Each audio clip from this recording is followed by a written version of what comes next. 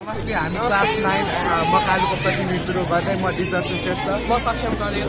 अब आज चाहिँ हामीले तपाईँहरूको सामु नेपालको धरातलीय अवस्थामा नक्सा चाहिँ राखेको छौँ। नेपालको चाहिँ कुल क्षेत्रफल चाहिँ 1,47,516 वर्ग किलोमिटर रहेको छ भने पूर्व र पश्चिममा 885 किलोमिटर भने उत्तर र दक्षिणको 193 किलोमिटर रहेको छ। नेपालले विश्वको 0.03% भूभाग समेटेको छ भने एसिया महादेशको 0.3% भूभाग समेटेको छ।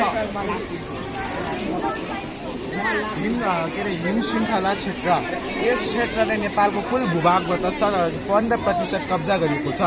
यस क्षेत्रमा थुप्रै हिम श्रृङ्खलाहरू छ। विश्वको 8,000 मिटरभन्दा अग्ला हिमालयमध्ये 8 त हाम्रै देशमा पर्दछ। त्यसमध्ये विश्वको अग्लो शिखर सगरमाथा पनि हाम्रै देशमा पर्दछ। यो हामी नेपालीको लागि सबैभन्दा ठुलो गौरवको विषय हो। यसले हामी नेपालीको शिर विश्व सामु झन् उच्चा पारिएको छ। पहाडी क्षेत्र नेपालको सबैभन्दा ठुलो भौगोलिक प्रदेश हो। यसले नेपालको कुल 68% भूभाग समेटेको छ।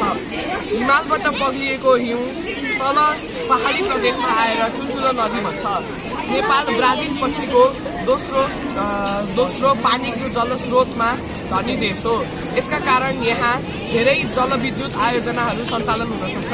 यस आयोजनाले थुप्रै जलविद्युतहरू सञ्चालन हुन्छ र यसले देशको अर्थशास्त्र पनि बढ्न सक्छ।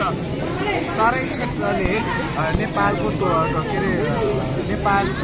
17% क्षेत्र ओगटेको छ। यस क्षेत्रमा थुप्रै खेतीयोग्य जमिनहरू छ। तराईले नेपालको अन्न भण्डार पनि भनिन्छ।